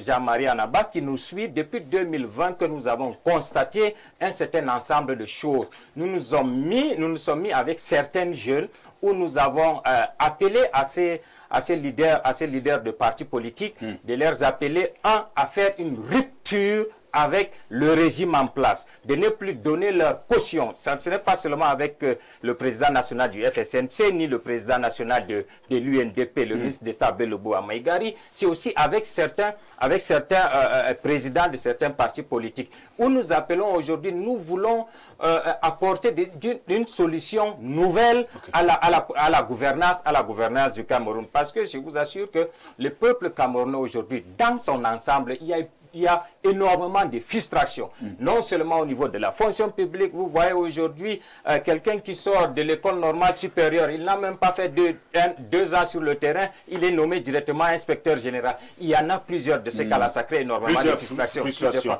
Et je reviens encore sur le plan du développement économique et social. À ce niveau, vous savez, constatez... Kousseri, Marwa, Garoua, Ngaoundéré, ça fait pratiquement plus de 15 ans que cet axe-là, nous décrions que à ce niveau, ne serait-ce que de cet axe-là qui est important au niveau non seulement pour le Cameroun, mais de la sous-région, Afrique centrale. On ne parvient pas aujourd'hui, ne serait-ce qu'à réhabiliter cette route-là. Et même sur le plan énergétique, regardez aujourd'hui, nous souffrons de problèmes d'énergie. On ne peut pas développer, on ne peut pas se développer si on n'a pas d'énergie. On ne peut pas s'industrialiser si nous n'avons pas d'énergie. Du côté complètement du Grand Nord, il n'y a pas d'énergie. Le seul barrage hydroélectrique de lac d'eau qui existe, qui a une capacité installée de 100 MW, à peine qu'il produit, il produit à peine la moitié. Et les partenaires chinois ont apporté la solution à ce problème-là. Il s'agit de problème de désengrasage de ce barrage-là. Mais malheureusement, le gouvernement camerounais aujourd'hui n'apporte pas une réponse.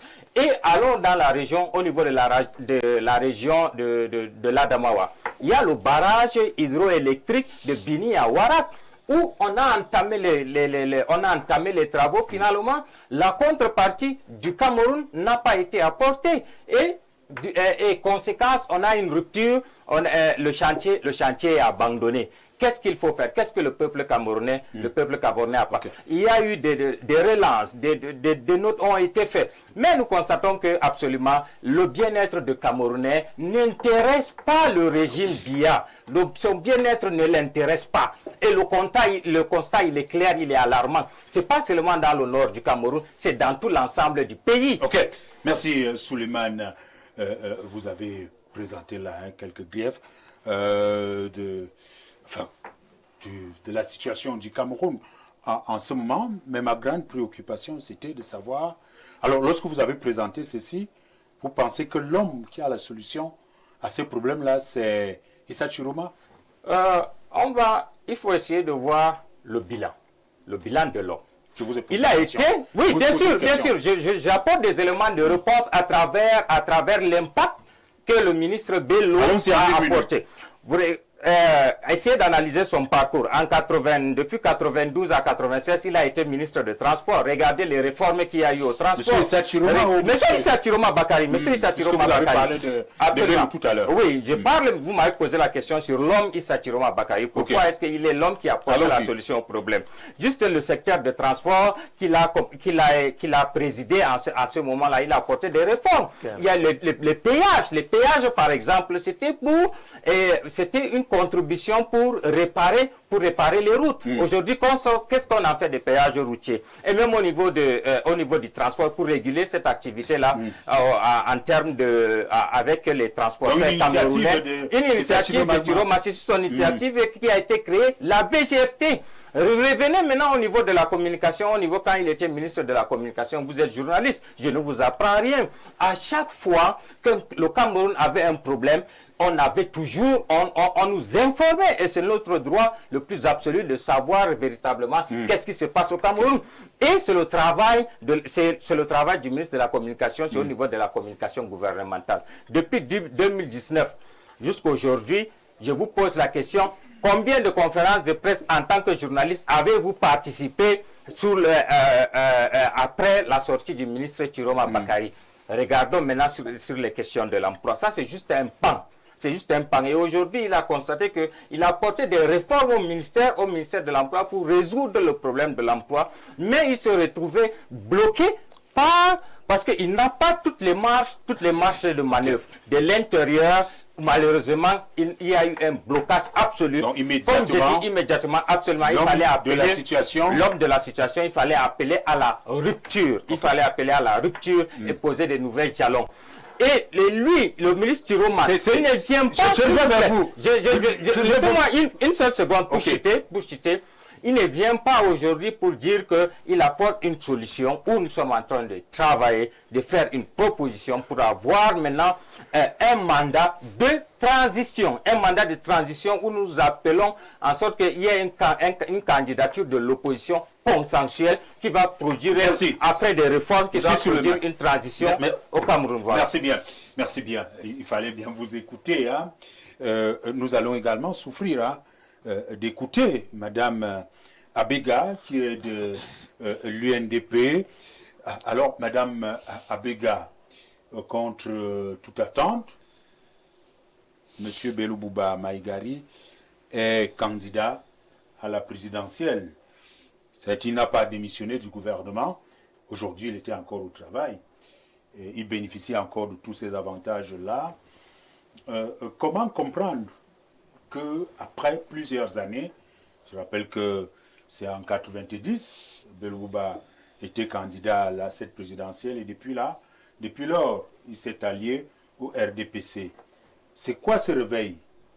Est-ce pas un réveil tardif et pourquoi ce réveil? Je vais d'abord revenir sur les propos de M. Souleymane. Je ne pense pas que c'est en critiquant de manière acerbe un gouvernement auquel on a participé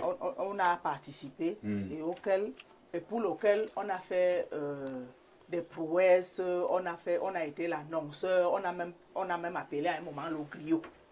Donc ce n'est pas en diabolisant ce gouvernement qu'on va se faire une crédibilité.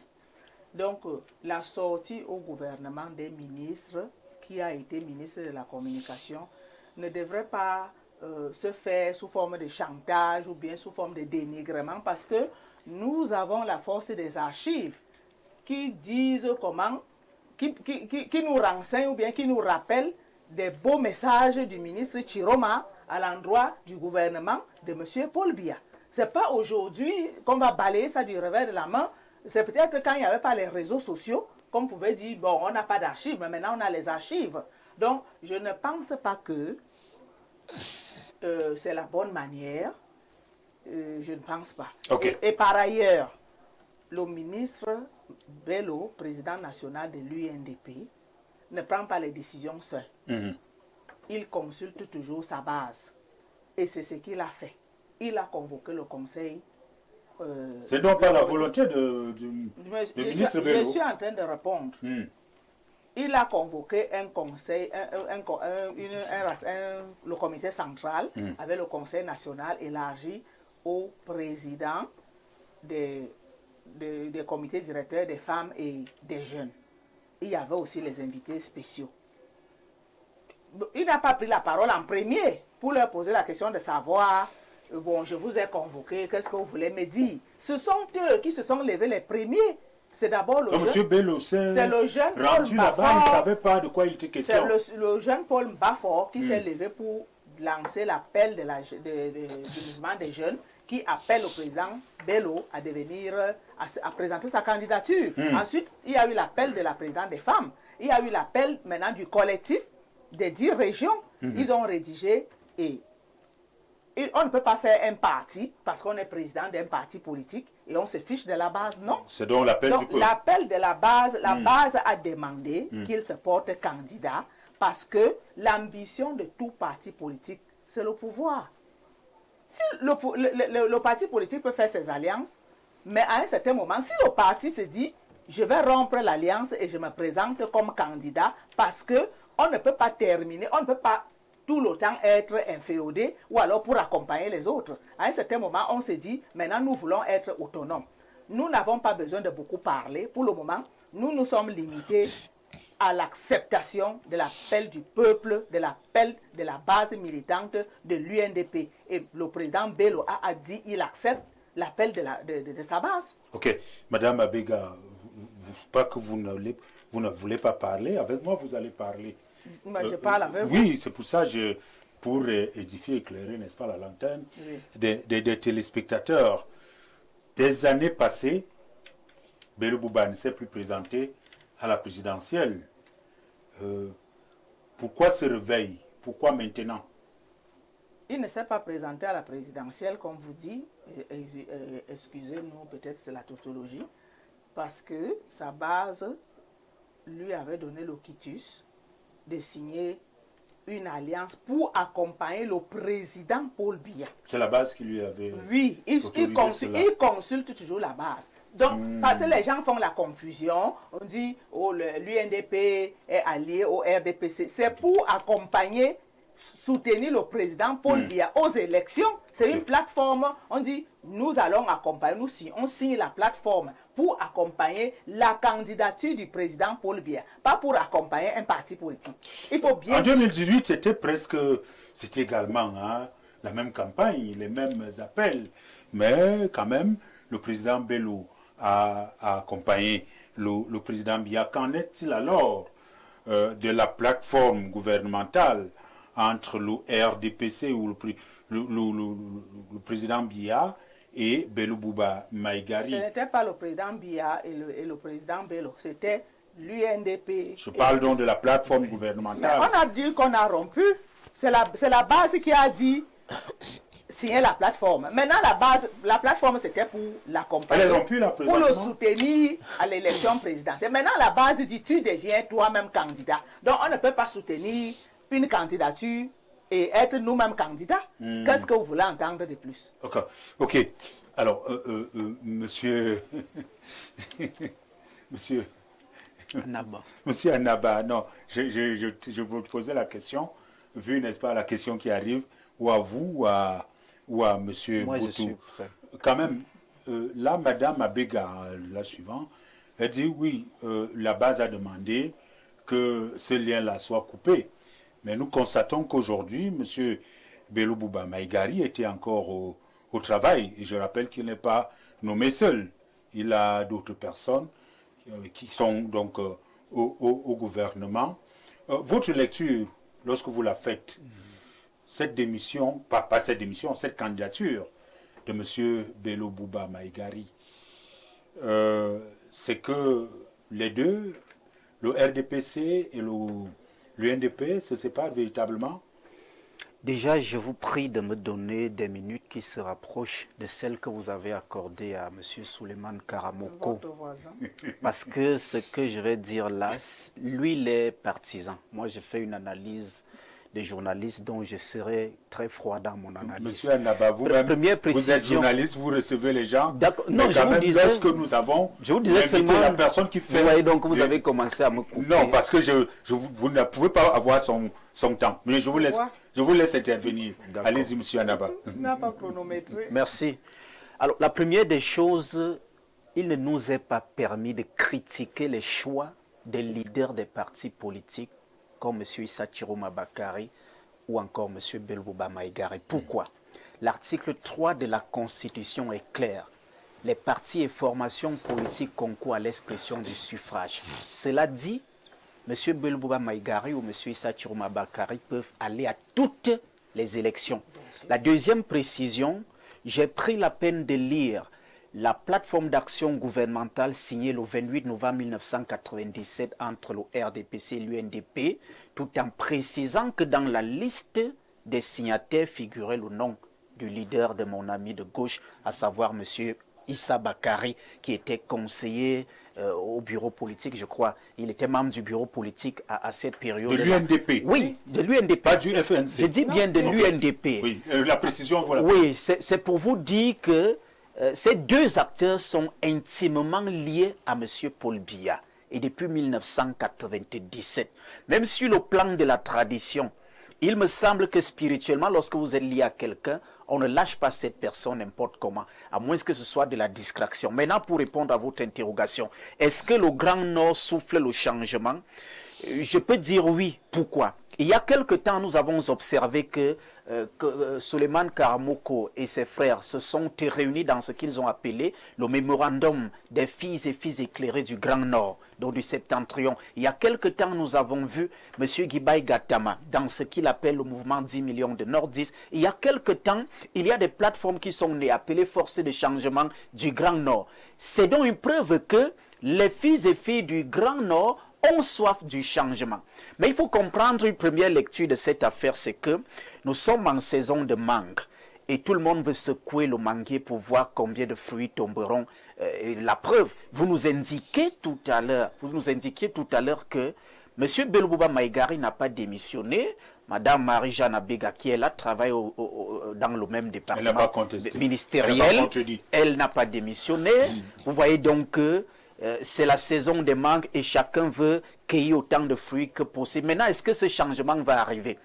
Le changement ne peut pas arriver, voyez-vous, avec des gens qui brillent par le nomadisme politique. Je commence par mon ami Souleymane Karamoko, que j'aime bien.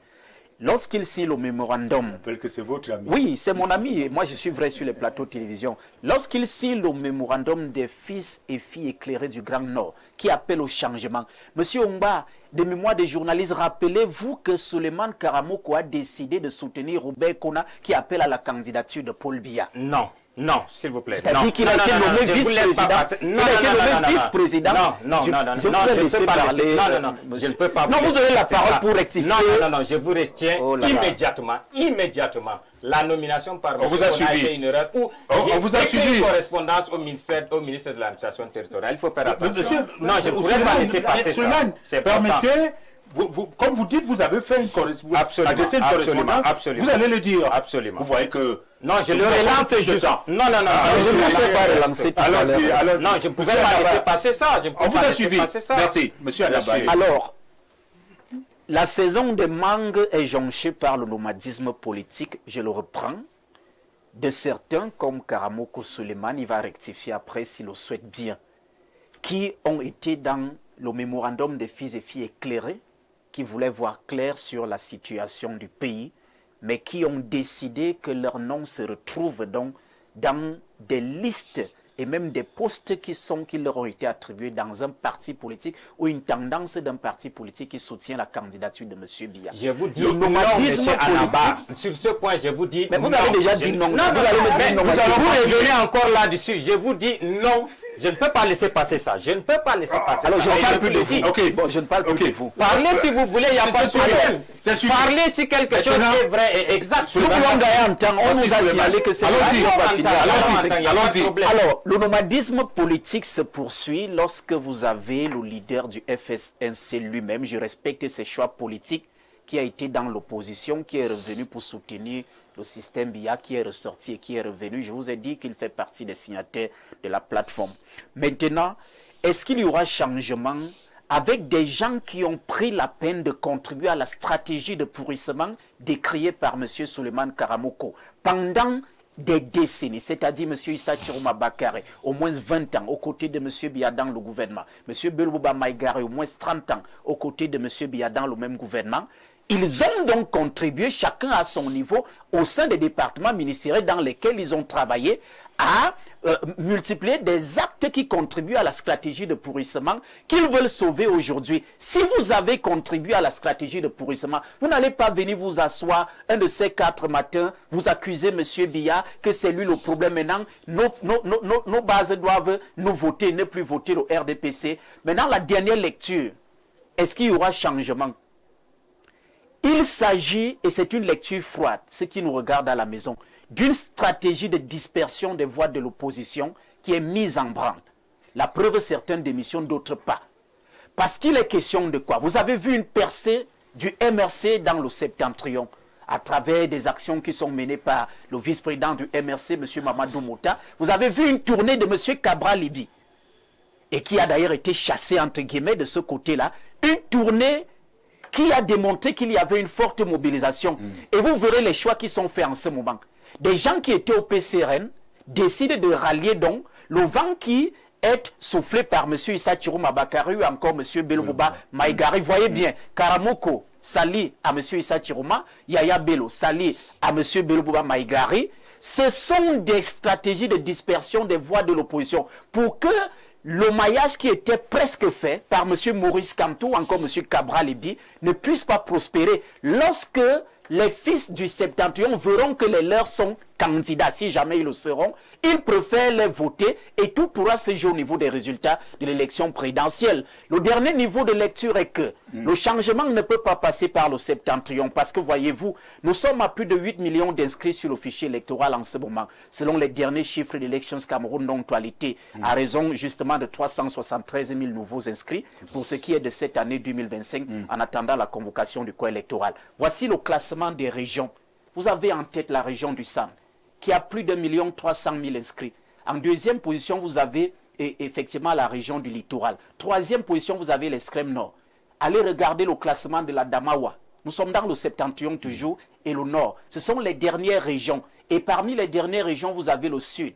Comme pour dire que Monsieur Biya a toujours été élu par des gens qui ne sont pas originaires de sa région. Mais nous sommes dans un discours des gens qui veulent laisser croire qu'il faut penser au communautarisme, que allons voir, parce que nos fils ont crié que, et c'est le discours de M. Issa Chiroma Bakary, en Fulfulde que vous avez écouté, Ouais. les enfants disent que non, vous êtes partis là-haut, vous avez passé le temps à sucer les mangues seuls, vous avez passé le temps à nous rejeter les noyaux. Il est temps pour que nous aussi on vive. C'est un discours du communautarisme qu'il faut abattre. Pourquoi? Et je sors par là, monsieur Oumba.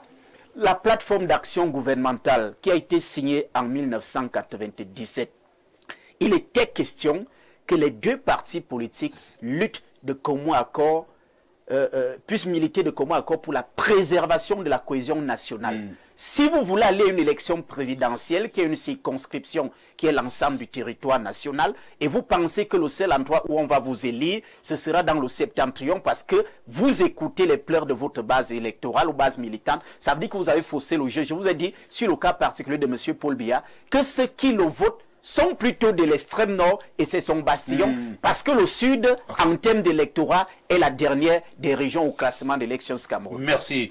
Merci, monsieur Annaba. Je vous interdis de reprendre les propos de Issa Chiroma en Fulfulde parce que vous êtes préparé à le faire là. Je vous l'interdis sur ce plateau. Je ne le ferai pas, rassurez-vous. Monsieur Mboutou, alors, à suivre monsieur Annaba, on dirait on se sent édifié ou éclairé. Mais quand même, il y a un vent qui souffle et qui nous vient de la Bénoué. Deux fils de la même région, on dira même de la même circonscription, qui soufflent le chaud et le froid sur le gouvernement, ou alors sur le Cameroun en ce moment. Est-ce que c'est suffisant pour changer les choses, ou alors pour apporter le changement? Oui, avant de répondre à la question, je voudrais d'abord dire à l'adresse de M. Suleiman que il vient de dire que le ministre Issa Chiroma a réussi, partout où il a été ministre, mais au même moment il dit que le Cameroun n'est pas gouverné. Il y a une forte contradiction, parce que le pouvoir que jouissait M. Issa Chiroma lorsqu'il était ministre était un pouvoir réglementaire délégué. On dit que c'est le même marteau qui frappe, de temps en temps on diminue justement la manche. Ça veut dire que quand M. Issa Chiroma frappait, c'était avec le marteau de Paul Biya. Donc s'il peut applaudir les prouesses de M. Issa Chiroma partout où il a été, il faut qu'il applaudisse le patron de Chiroma, qui est le président Paul Biya. Okay. Donc qu'il arrête des contradictions juste pour embrouiller les téléspectateurs. Je voudrais dire que lorsqu'il y avait la convention, la plateforme entre l'UNDP, le RDPC et ensuite est venu le FSNC, il n'avait jamais été question d'empêcher à ces partis de présenter des candidats aux élections locales et législatives. D'abord, le FSNC, autant que l'UNDP, ils ont des députés, ils ont des mairies, ils ont des sénateurs. La convention était seulement pour soutenir le candidat du RDPC à l'élection présidentielle. Moi, en tant que militant du RDPC qui attend que son candidat soit plébiscité en octobre, je ne peux pas dire que je ne peux pas balayer ça d'un revers de la main, c'est défection. Parce que si ces partis ont eu des élus dans leurs circonscriptions respectives, ça veut dire que ces élus-là, je voudrais dire que ces électeurs-là vont sûrement élire leur nouveau champion à l'élection présidentielle. Le RDPC va quand même perdre quelques électeurs dans les circonscriptions du FSNC et de l'UNDP. Mais à la lecture, quand même... Non, on va dire, si M. Belobouba Magari est candidat et M. Issa Chiroma, c'est évident que le RDPC va perdre certains électeurs à l'élection présidentielle, c'est évident. Voilà. Donc, nous, au RDPC, maintenant, nous devons penser à des stratégies qui nous permettent de... Ça vous fait peur? Non, ce n'est pas que... Cette actualité? Non, non. Démission d'Issa Nous devons nous devons... Candidature officielle de... Nous ne pouvons pas regarder les choses avec de la hauteur ou bien de l'arrogance. Lorsque vous perdez M. Issa Chiroma et M. Belbouba, évidemment, qui soutenaient notre candidat à l'élection présidentielle, c'est qu'il y a les militants qui votaient le président Paul Biya qui vont désormais voter leur candidat. Donc, le RDPC va perdre certains électeurs. Bon, maintenant, est-ce que cette perte est de nature à faire trembler le candidat du RDPC? Non. Tout simplement parce que même quand ces partis allaient aux élections législatives et municipales, au même moment que le RDPC, ça n'a pas empêché le RDPC à avoir presque toutes les mairies du Cameroun, à avoir pratiquement une majorité super On obèse. parle d'une prise de conscience générale. Non, laissons pas, la prise de conscience. On parle quand même. Ces discours-là, c'est depuis 1992 que ces discours de prise de conscience sont pris. Hein. Vous savez, même dans les pays développés, hyper développés comme les États-Unis, la France, là où il y a les vieilles démocraties, oui, les gens ne cessent jamais de se plaindre. Les gens marchent dans les rues en France pour dire que la politique de Macron... Vous répondez donc à la question. Non, c'est pour dire que lorsqu'on est... monsieur Mba, laissez-moi, sinon vous allez m'embrouiller. Vous me faites perdre des idées. Monsieur Moutou, you have the floor, please. Voilà. Je suis en train de dire que même dans les grandes démocraties du monde, on n'est pas d'accord. Il y a certains Français qui trouvent que leur niveau de vie a régressé, par exemple avec le président Macron. Vous voyez, ça veut dire que lorsque vous êtes le parti au pouvoir, vous ne pouvez pas vous laisser influencer par les dires de l'opposition. Si nous devons croiser les bras parce que l'opposition va dire que le pays n'est plus gouverné, Biya n'existe plus, le RDPC n'a rien fait depuis 43 ans, nous allons cesser de travailler. Nous, on n'écoute pas cela. Nous prenons simplement ça comme des sirènes.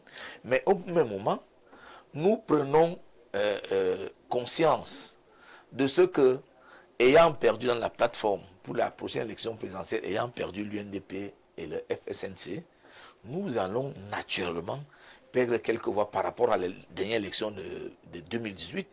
Nous devons prendre conscience de ça et nous devons travailler de manière à ce que nous puissions pénétrer ces militants-là et leur faire changer d'avis, leur dire ce n'est pas parce que M. Issa est président ou bien M. Belbouba que le candidat que vous avez toujours soutenu n'est plus le candidat à soutenir. Okay. Et je dis que nous sommes allés aux élections et avec l'UNDP et avec le FSNC, aux élections locales, aux élections législatives, mais le RDPC a toujours eu la part belle. Et en plus, ce qui nous réjouit encore, mais regardez le temps que vous avez donné aux autres, ce qui nous réjouit encore, c'est que ce soit Issa Chiroma ou bien M. Belbouba, les deux appartiennent à la région. À la même circonscription. Voilà, à la région du Nord. Et je ne peux pas, vous ne pouvez pas me garantir que les gens de l'extrême Nord, qui sont même plus représentatifs en termes d'électeurs, vont absolument suivre... ça, c'est suivi. Vont absolument suivre les peuls du Nord. OK. Voilà. Donc nous, dans les RDPC, vous êtes serein. Nous sommes sereins. Okay. Nous travaillons de manière à ce que l'élection présidentielle d'octobre prochain soit une formalité.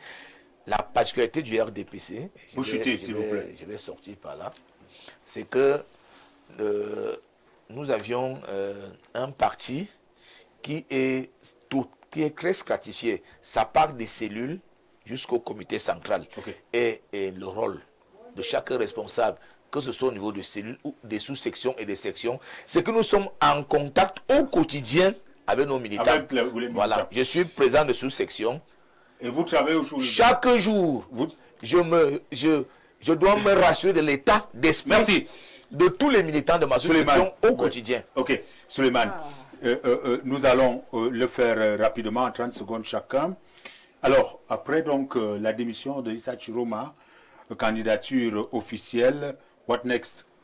What next, c'est que actuellement nous sommes en train de travailler pour présenter l'offre politique globalement au Camerounais. Ce que moi je peux dire, il y a une idée selon laquelle la candidature des uns et des autres c'est pour contrer tel, absolument. Vraiment, il ne faut pas embrouiller les Camerounais. Les Camerounais sont déjà majeurs, ils savent déjà maintenant ce qu'ils veulent.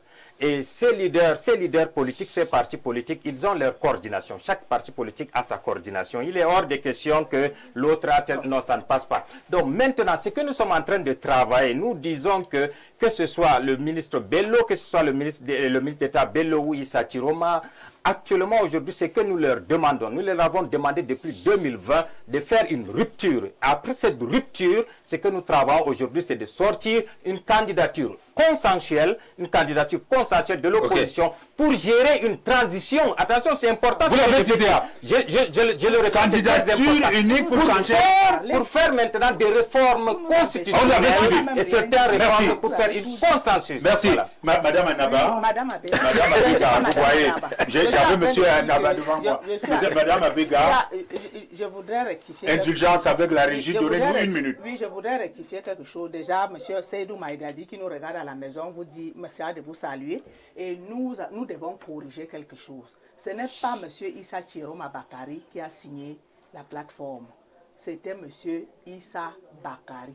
Il était ancien délégué général à la Sûreté nationale. Qui ça? Non. Mais il était, même monsieur Issa Chiroma Bakari a été quand même... Il a été à l'UNDP. Il était à l'UNDP, mais c'est lui qui a signé la plateforme. Non, mais ce n'est pas plus important. Donc, si vous prenez la minute pour l'autre là... C'était un rectificatif, ce n'était pas lui. Allez. Oui. Donc, pour nous avons déclaré la candidature. Et pour vous rectifier aussi, ce n'est pas vous qui avez intimé l'ordre aux militants de l'UNDP qui a insisté. Merci. Que vous avez donné Merci, Madame Abega. Madame Abega, nous avons appelé. Je vais vous dire merci. Alors que les Camerounais aillent s'inscrire sur les listes électorales, la convocation du corps électoral, c'est pour bientôt. L'Exchange Cameroun est prêt, nous a fait savoir le président du conseil électoral il y a 2 jours.